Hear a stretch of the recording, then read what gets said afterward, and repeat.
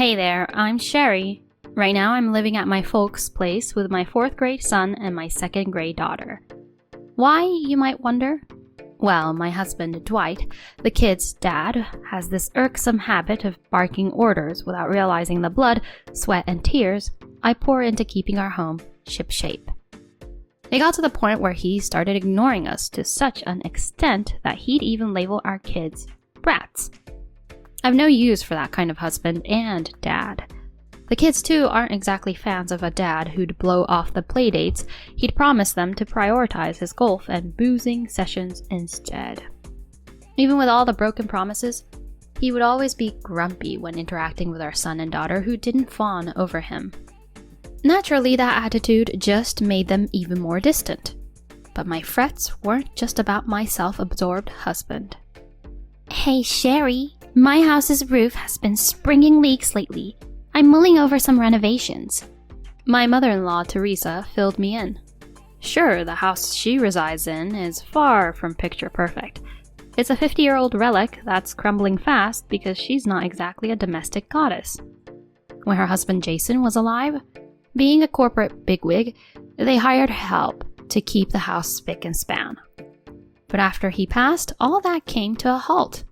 You'd think that even after Jason's passing, there'd be some inheritance, but all the property, house, and money were all pocketed by Teresa.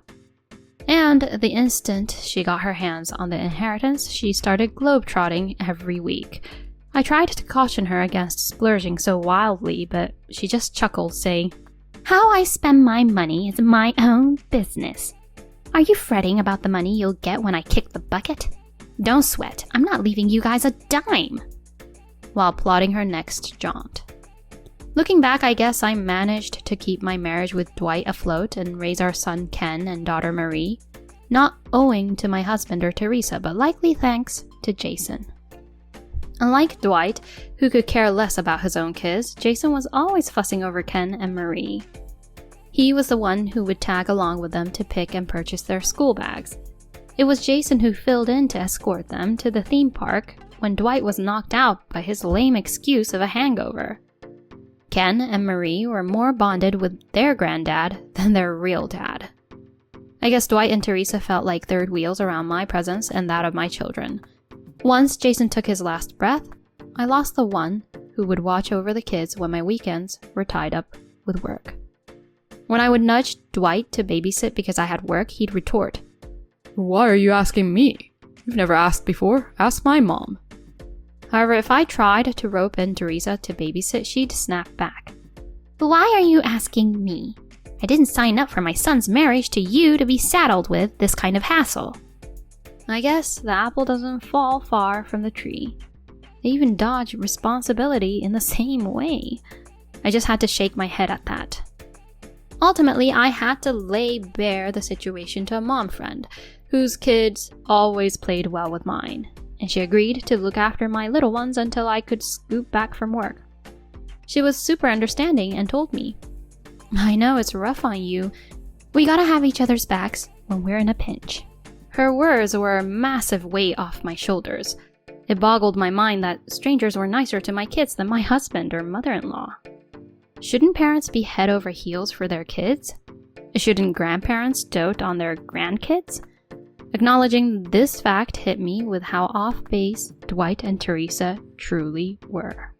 Even though Teresa knew I was grinding away on my day off and couldn't pitch in to babysit, she didn't bat an eyelid about blowing up my phone, piling on messages like, "Hey, remember that leak we chatted about? I really need you to swing that remodel soon, okay?" She probably would have tackled the remodel herself if she had any of Jason's inheritance left. But the fact that she's tapping me, her daughter-in-law, hints she must have burnt through all the money he left her. And judging by her reaching out to me instead of her own son, I'm guessing she's clued in to his penny-pinching ways. He's miserly with everyone. Even when the kids pipe up about wanting to hit the amusement park, he counters with, "They're so tiny. There's barely anything they'd be tall enough to ride. It'd be a total waste." He won't fork over a dime. If it were only about leisure and entertainment, I'd let it slide. But when it's about essential school supplies, he still chimes in with, I'm not splurging on what I don't deem necessary. we needed basics like gym clothes and crayons, but he put his foot down about paying for them. When I pointed out that the kids wouldn't be able to join in class activities without them, he nonchalantly said, We don't have the bucks to toss around on such stuff. If you give the teacher a heads up, they'll likely scrounge up stuff from other kids. talk about an insouciant thing to say. I'm the one juggling the household budget. He has never footed the bill for anything beyond the rent. We do have 2 kids, so I've squeezed out some contribution towards the grocery bills, but he's still tight-fisted with his cash. I guess he's just not wired for family life. Teresa likely has her son's character pegged pretty well, so she's trying to coax me, her daughter-in-law, into coughing up the bucks instead of her skinflint son. Even when I warn her that I can't reply due to work, she doesn't give a hoot and keeps firing off texts. And the subject of her messages keeps ramping up like, I was browsing this remodeling company's website. I think we should roll with them. Can you take care of the contract? I'm strapped for cash after all. Personally, if she can't take the reins of her own finances, she should just drop the remodel idea. Plus, instead of trying to fix up a house that's been beaten down by neglect over 50 years, it might be smarter to raise the house and lease a new apartment. That seems like it would be more cost effective in the long run. I was antsy she'd ring up the remodeling company on her own, so I shot her a message saying, if you keep this up, I won't fork over a single penny. That put the brakes on her texts out of the blue. Thinking we needed a heart-to-heart, I wrapped up my work on my day off and headed to the standalone house she resides in. She welcomed me with a beet red face and blurted out, How could you send me a message like that? You'll have to cover the entire cost of the remodel. I knew she had her sights set on having me foot the whole bill from the get-go. After all, she's flat broke. I'm even the one picking up the tab for the property taxes for this house. Dwight, though it's his folks' house, has passed the buck to me. Teresa, do you really want to stay in this rickety house even after the remodel? I questioned. She looked taken aback, her face still flushed. I guess she didn't grasp what I was driving at. Wouldn't you rather nest somewhere fresh? You'd have a leak-free place without needing a remodel, and you wouldn't have to spruce up such a massive house. I proposed, and her eyes sparked up. She probably thought I'd be shouldering the whole bill. Well, I doubt Dwight would part with any cash anyway, so it's inevitable.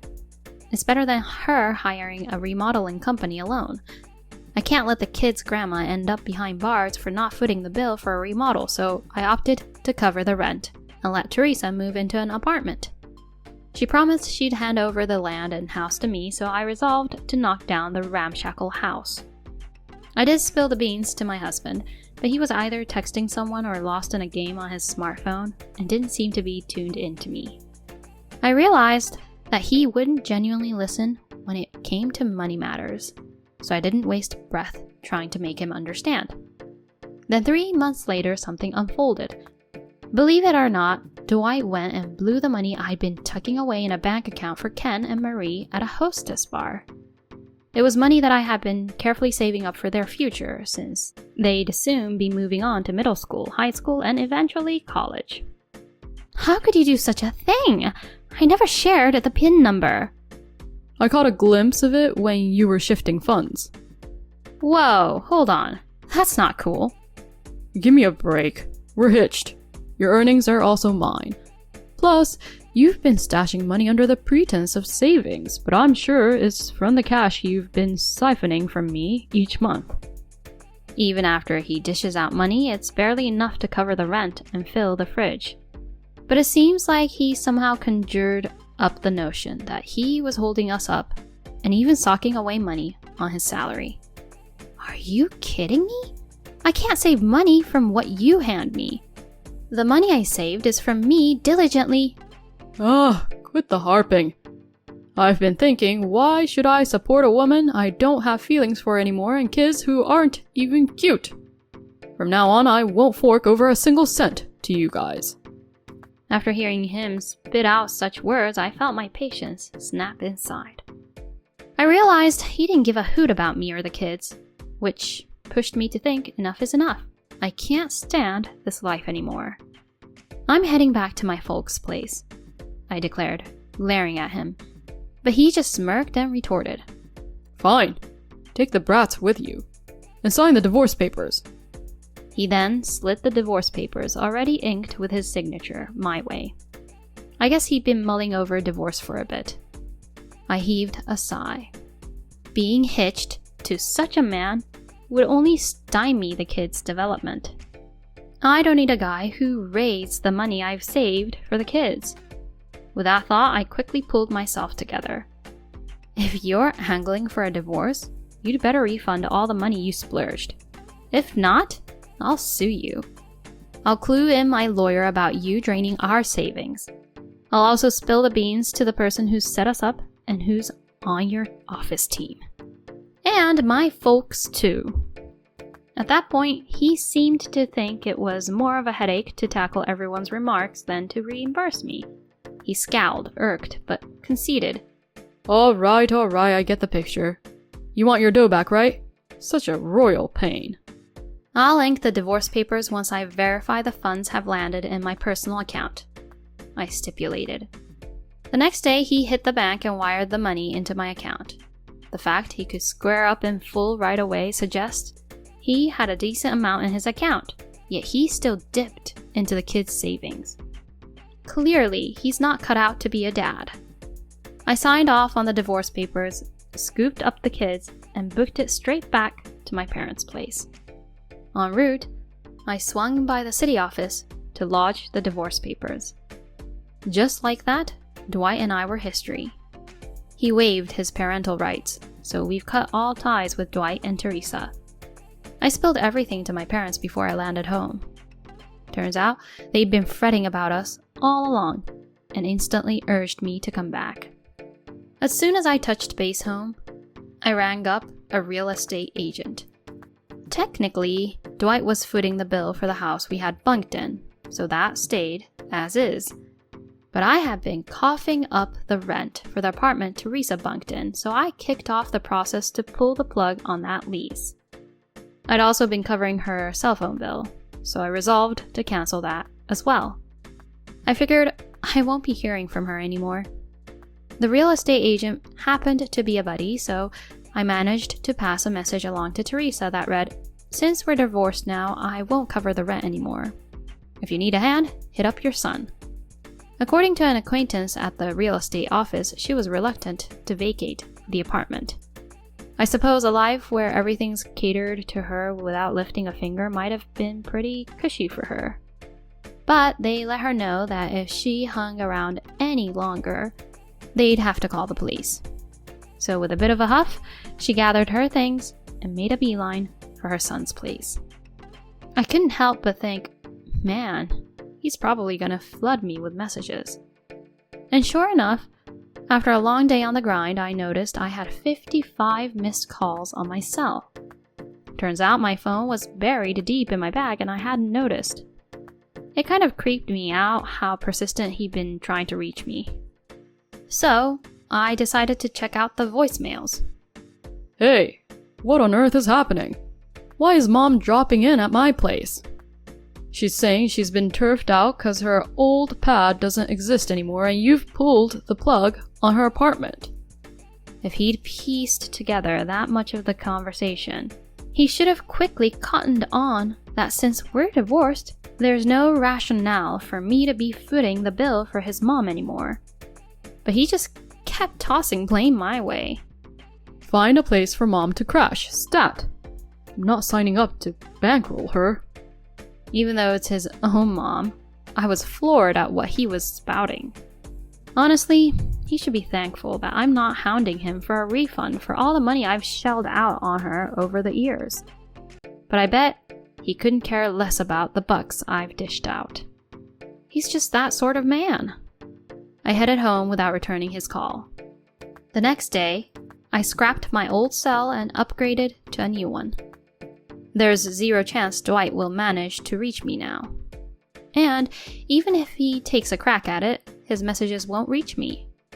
I bet he's sweating bullets right about now. With the money he used to chip in for the house, he can only cover rent and grub. He's still on the hook for utilities and a slew of other bills. And to top it all off, he now has Teresa, a freeloading woman who can't make it on her own and doesn't have a penny to her name, shacking up with him. He'll be shelling out even more money than he used to. Maybe he would have been happier if I had stuck around. But hey, what can you do? He was the one who kicked that life to the curb. I couldn't help but crack a smile imagining him in a full-blown flap.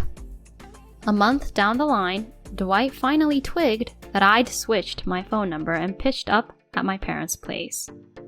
But I had already planned for that move too. While it was okay for him to drop by, I was nervous he might upset the kids, so I swiftly found a new pad and wrapped up the move. The new apartment is a fortress when it comes to security, so there's no chance of him showing up. Since I was off the hook for their care, I relocated to a slightly swankier place. When Dwight landed at my parents' place, he blurted out, Go get Sherry right now. If she hightails it back home now, I'll let bygones be bygones. My dad was too flabbergasted to even get steamed, but my mom couldn't help but crack up and shot back. Why should she scamper back to a jobless ex-husband and supported leeching mother-in-law? That's a one-way ticket to hell. Especially when you can't even properly look after 2 kids. It seems he beat a hasty retreat, his face beet red with embarrassment. My mom hit the nail on the head. Dwight didn't have the guts to pay my folks another visit, but believe it or not, this time he stormed my workplace. Well, I saw that one coming a mile off too. I had already laid out the whole scene to my boss and switched to working from home. So I dodged the bullet of confronting my ex-hubby, who barreled into the office.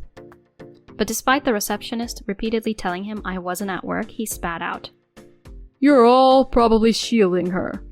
I'm camping right here until she pops up. And plopped down right in front of the reception desk. And surprisingly, Teresa, who he'd roped in, showed up halfway through and parked herself beside him at reception. This is nothing short of disrupting business. Since I've cut ties with him, I told my boss to alert the authorities if anything kicks off. So my boss didn't waste any time reporting it to the police. And just like that, the cops who were quick on the scene hauled both of them off. My boss and I were absolutely shocked. Even for Dwight, we never pegged him for pulling a stunt like this. You see, he was originally a contact from one of our company's clients, and as luck would have it, I was the one assigned to him. We met up a whole bunch, and he kept putting the moves on me until we eventually tied the knot. The guy who played Cupid was a big shot at his company, so Dwight's split from me was definitely gonna smudge his good name. On top of that, causing a ruckus for a client, let's just say this is gonna be one major headache down the line. True to my hunch, I got a call from the matchmaker. He was dying to get the full scoop, so we set up a meet at a coffee shop with my boss to hash it all out. I can't believe he'd pull a move like this, The matchmaker let out. Truth be told, I was really tight with his old man when we were younger. But to get a knife in the back like this? He was genuinely taken aback. I felt for the guy. Dwight's dad, Jason, had been a real gem to me too. After that, the matchmaker and I spent some time swapping stories about how awesome Jason had been. Once we'd had our fill of strolling down memory lane about Jason, we finally got down to brass tacks about how to handle Dwight. Let's be real. Dwight's got quite a rep at the office. He's always sticking his higher-ups with the tab at social outings, and even does the old dine and dash. He wouldn't even think about picking up the tab for his juniors, and if someone brought back goodies from a paid vacay, he'd hoard all of them even though they're for the crew. Hearing this, I couldn't help but blurt out, wow.